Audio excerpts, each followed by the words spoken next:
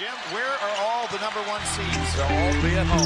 Oklahoma misfires at the end, and you better believe it, Utah is in the national championship game.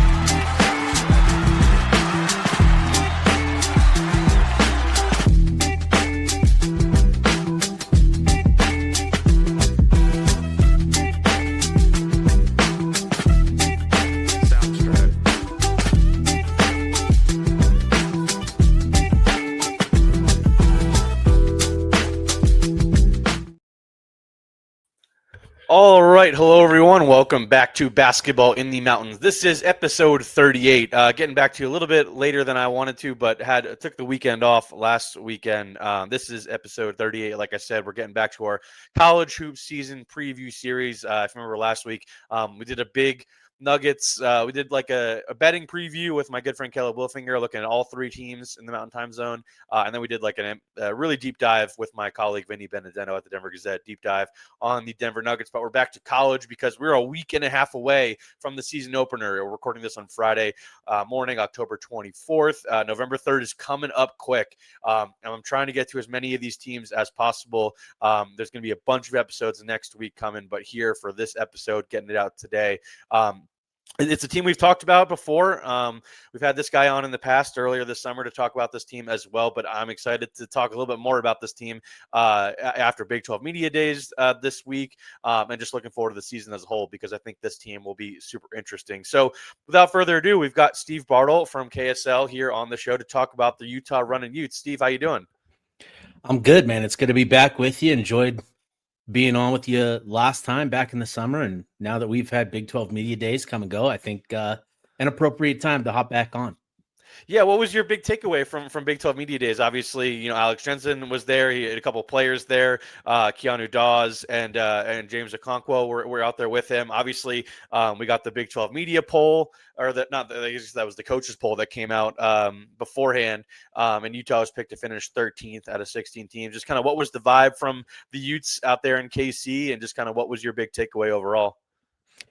Yeah, with Alex Jensen, since his hire, he's maintained kind of a humble mindset and sort of talking a lot about the transition from the NBA and his role as an assistant coach the last 15 years or so. There, and having to step into a head coaching role at a what he called, and this is what he said at Big 12 Media Days. He said, I knew this before I joined, but the Big 12 Conference is the best basketball conference in the country. And the what was pretty consistent throughout the day, hearing from all 16 coaches today was, or earlier this week was, that there are a lot of really good coaches in this league. And for Alex, that was the big point of emphasis, was that, the coaches in this league are tremendous, from the grizzled vets and Bill Self and Kelvin Sampson and Scott Drew who have been in this league for a long time, to a lot of the up and comers and Grant McCaslin and Kevin Young, down south here in Utah, and so he came into it with a pretty humble mindset and knows that he's got a lot to learn, and that was kind of the message from him, and he's looking forward to the challenge of coming into the Big 12 and trying to get Utah back to where it was as a once really proud basketball program.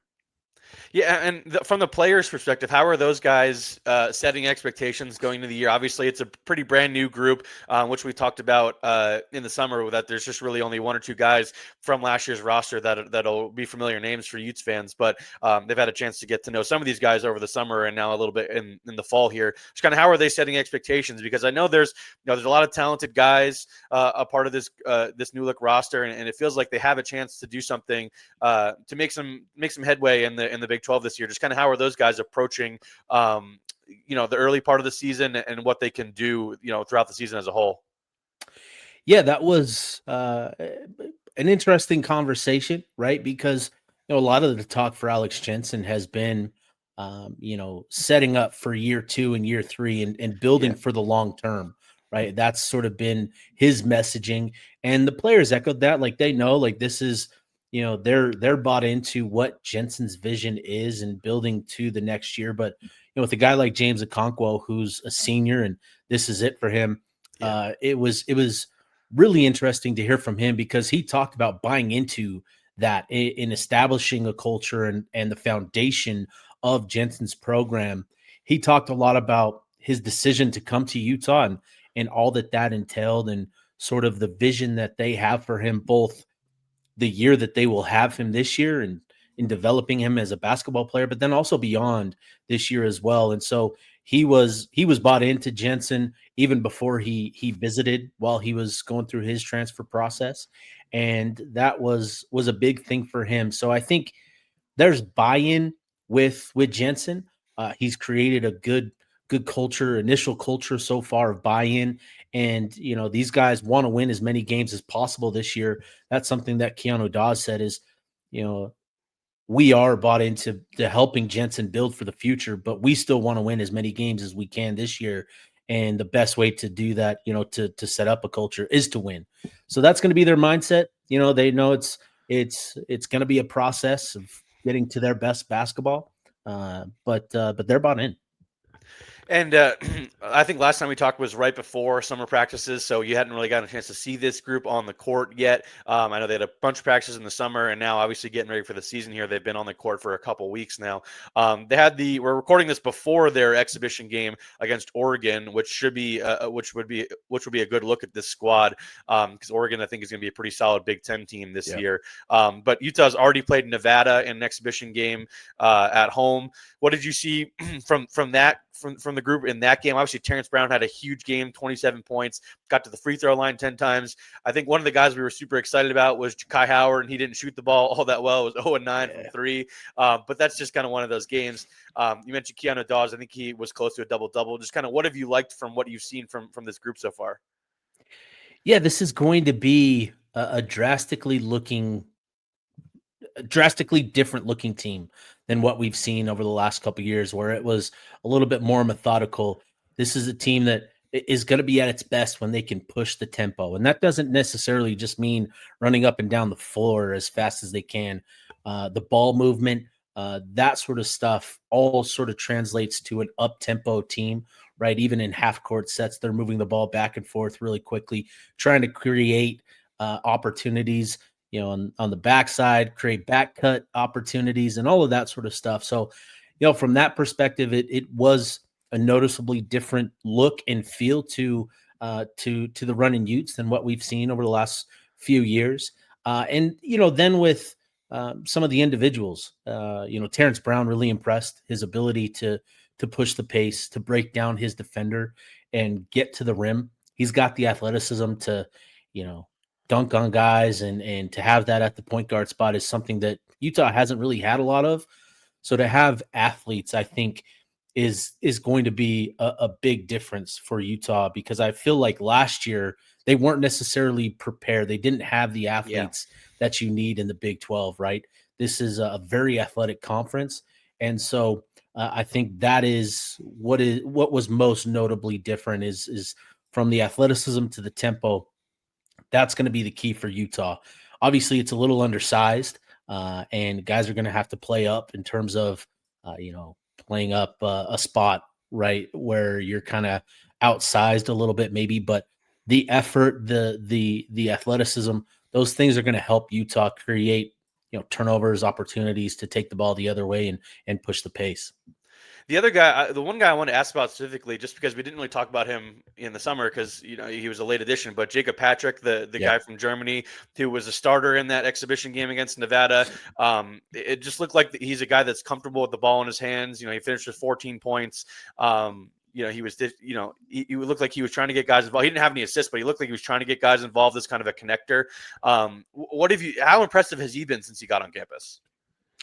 He's a guy that I remember hearing about him and, Utah recruiting him pretty hard and watching his film from, he played in I think the top German league. It's called the BBL league. So great name there. And Bundesliga. Bundesliga, but I like BBL better. So, with Jacob Patrick, he's a shooter and he's a guy that has gravity. He's going to be the guy that provide some additional space.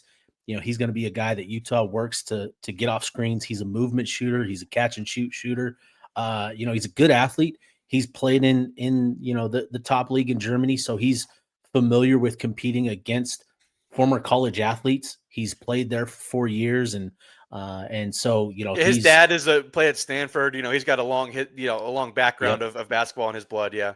Yeah, so he's going to be a guy that I think is going to be pretty important for Utah, going to play a big role, and we saw it against Nevada. Is just that shooting is going to be much needed because Utah elsewhere struggled quite a bit to shoot from behind the arc, and so that's going to be a key for Utah's getting him quality looks because he can provide that spacing that Utah is going to need to attack the lanes. But that was a good first impression. I was a little curious to see how he performed because there was a lot of talk about him coming in, and I've sort of viewed him as the starter given his experience in the BBL, and that's going to be key for him is making that transition, being a leader. He's kind of an older guy, obviously, but I think he's going to be important to Utah's potential this year. And the other two guys I want to talk about the schedule a little bit, kind of the early part of what's going to look like. But the other two guys I wanted to ask about before we do that, I mentioned one of them, Ja'Kai Howard, the Auburn transfer, obviously did not have a good shooting game against Nevada. Yeah. And then same for Elijah Chapamore, the Syracuse transfer, who was 1 of 6 from 3. But I think both those guys are going to have big roles on this squad, not just this year, but going forward. I feel like those guys are going to be key players for this program. Outside of that one exhibition game where obviously they didn't shoot it well, just kind of what have you seen from those guys as they've tried to integrate themselves to this team and try to carve out a role this year? Yeah, with Chapamore, he's clearly another guy that is here to provide shooting and provide spacing. And we've only got a little bit of practice to watch here, but he's a guy that knocked down shots in practice. So it's just a matter of that translating to games and translating to live action. So he's going to be similar to Jacob Patrick, where he's going to be that movement shooter. He can create a little bit more off the dribble and do some things there. But I think he's going to be an important piece, in my opinion, coming off of the bench. Maybe Utah elects to bring him into the starting lineup, but we'll see. But he's going to be another guy that provides shooting, and I think there's potential there for him to be, kind of an impact scorer off the bench for Utah. Ja'Kai Howard, tremendous athlete. He's going to be a guy that I think it's important for him to focus on all of the little things, right? The shot is going to come. It's not a bad form or anything like that. He's just got to build his confidence, find ways to contribute in other ways because he's so athletic. He had an alley-oop that brought the house down where he just went up, 2 hands, skied for it. He went well above the rim for an alley-oop, and that sort of athleticism is going to be great for Utah on both ends of the floor. But for him, he just needs to focus on the little things, and then the offense will come. He'll settle into kind of where to find his shot from behind the arc. I think he went 0 of 8 or 0 of 9 in the game. So yeah, it was 0 of 9. Yeah, the only basket he had was the alley-oop you said. It was the alley-oop. Which was electric, but yeah. Yeah. So that's the thing is he's got to find his spots on the floor where he's most comfortable taking shots. And that's just going to be a process. And so, beyond those two, I think a couple guys that are worth mentioning here, Seydou Traore, I think he's going to be a pretty important piece to this team. He left the Nevada game with an injury.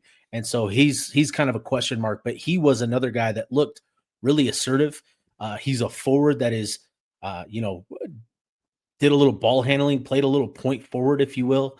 So that's an element that I think Utah will rely on when he's available, and we'll see if he's going to be available tonight, but we'll see. And then Don McHenry is another point guard, a veteran scorer out of Western Kentucky. He didn't suit up against Nevada either, and it was pretty clear to me that he's going to be important, for this team. So both of those guys, Traore and McHenry, are going to be really important for Utah to reach their potential and be competitive. Because both of those guys are experienced and are capable of scoring at different levels on the floor. Yeah, I'm really interested to watch how the rotations look and how Alex Jensen mixes and matches guys in the first couple games, because getting into the schedule here, like it's the first 6 games are all at the Huntsman Center. Before later in November, like Thanksgiving week, obviously they go to the Palm Desert, the Acrisure Series down, in California, where they'll play Grand Canyon, and then either Ole Miss or Iowa, which will be 2 good games regardless of who it is. Just kind of, what are you looking to see early in these couple games? Because obviously San Jose State's the opener on November 3rd, Monday, and then they've got Weber State, Holy Cross, Sam Houston State, Purdue, Fort Wayne, and Cal Poly before, like I said, going to Palm Desert. Just kind of how intrigued are you about these first couple games and what it's going to look like? Yeah, I think this schedule sets up nicely for Utah to figure some things out, to learn about themselves. And that's going to be the key, is gaining perspective, gaining a better feel for what this team is going to be, gaining a better idea of the rotations and who Alex Jensen can rely on, right? In all of these different moments, in different situations, late in game, what are going to be the lineups that he can utilize to take advantage of certain matchups. And so that's what this schedule allows him to figure out, with the first 6 games coming at home. It's not the toughest slate of schedule, obviously, with most of these teams falling in the 200s. It's typical for a first-year coach, though. It's not uncommon at all. Yeah. Yeah. So, and that's just going to be key for this team, is to take advantage of these first 6 games, to get out there, kind of establish your identity, your brand of basketball, and then, figure out some of the important elements of this team so that you can go into that ACU series tournament with a better idea and be competitive against a Grand Canyon team that's, been competitive over the last few years, and then, have an opportunity potentially against an Iowa or an Ole Miss at an upset. So the first 6 games are key. And then once you get beyond that, there's some fun games on the schedule, especially, in the non-con, where you're going on the road to Cal, you're going on the road to Washington. You've got Mississippi State at the Delta Center here in Salt Lake City. That's going to be an awesome game. I saw that's already sold out. Like, that should be a really fun environment. Yeah. Yeah, that's going to be a big one. So, the schedule, once you get past this first month, it really turns into a pretty fun non-con slate. Yeah, and the last thing I wanted to ask about before I get you out of here, Steve, is just kind of what does this team need to show you and everybody else before Big 12 play starts? Because, I mean, when we do get into conference play starting in January, it does not get any more difficult than Arizona coming to the Huntsman Center on January 3rd. Then they go to Boulder after that, and you get but then it's BYU right after that and Texas Tech. Like, this is a pretty gauntlet. I mean, Alex Jensen, you mentioned Alex Jensen saying it, like the Big 12 is the best basketball conference in America, and he probably just looked at the first 4 games of the schedule and is thinking that. But just kind of, what does this team need to show you? You mentioned the easy start to non-conference play, and then it ticks up a little bit with some challenges. What do you want to see from this group before Big 12 play starts? Like, obviously an identity would be something is important, but kind of, is there a toughness level you're looking to see? Just kind of how impactful are these first 2 months or month and a half of the season going to be before we get into Big 12 play here? Yeah, I think they're huge, right? Because you need to be building towards the end of the season. This is a program, Alex Jensen has called it, they're going to focus on development and getting guys to make improvements along throughout the course of the season. So, if we can see, progress isn't linear, but if we can see consistent improvements, whether it be out of individuals or the collective effort, I think that's going to be the key, right? Is seeing improvements in terms of shot quality or shot, conversion, seeing improvements in shot selection from certain individuals, guys figuring out where their spots are. I think that's going to be really important for Utah getting into Big 12 play, is learning who are going to be the guys that kind of the hierarchy on the offensive side of the ball. And then collectively on the defense, on the defensive side of the ball, like I said, this isn't going to be a very big team. They'll get a kid back in Ibi Traore who had some size. They lost Babacar Faye, who was going to be a pretty important piece to this roster. So they're already down a big, but getting Ibi Traore, who's 6'9", 230, he's a great athlete. So to have another kind of 6'9" athlete like Okonkwo is going to be helpful. But the identity that they establish on the defensive side of the ball is going to be really, really important. Because they're not going to be able to keep, teams like Arizona or Kansas who just have so much size. Yeah. That's going to be tough to compete against. So how do they counter that, right? Are they going to be a team that full court presses? Are they going to be a team that pressures out on the perimeter and tries to get into passing lanes? That's kind of a big key for me is what is this team going to look like? How do they defend? With Jensen, his time at Utah, he was kind of the defensive coordinator for the Utah Jazz when they had Rudy Gobert and that defense humming. So he's really good at creating defensive schemes and sort of taking away opponents' best things and elements that they do. And so that's going to be interesting to see just what sort of identity that they set on the defensive side of the ball, and then sort of the adjustments that they make on a game in, game out basis on that side of the ball as well. All right, Steve, I appreciate you coming on the show today. This is certainly going to be a team that I'm going to have my eye on in the early part of the season, just looking to see how they play, just diving into their tape and all that kind of stuff, because it is going to be a fun time, I think, at the Huntsman Center early in the season. And then those games, like we said, in non-conference play should be a lot of fun in the tournament during Thanksgiving week, and then that Mississippi State game at the Delta Center as well. So appreciate you coming on, Steve. Yeah, no problem, Tyler. Appreciate you having me on. This is, I think it's going to be a fun season with basketball. Just appreciate you having me on, man. Yeah, of course, anytime. All right, that'll do it from today's episode of Basketball in the Mountains. Thanks again to Steve Bartle from KSL. You can follow him over at Bartle KSA Sports over on Twitter. Make sure to follow all of his coverage with Utah.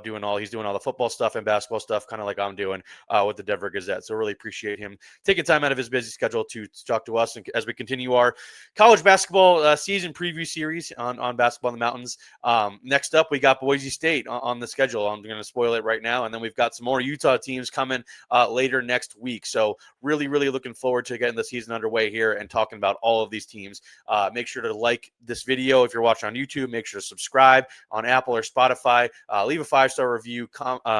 Leave a rating. All that stuff is super appreciated by me and helps me grow the show. I know I appreciate everybody that's been following along to this hoop season preview series.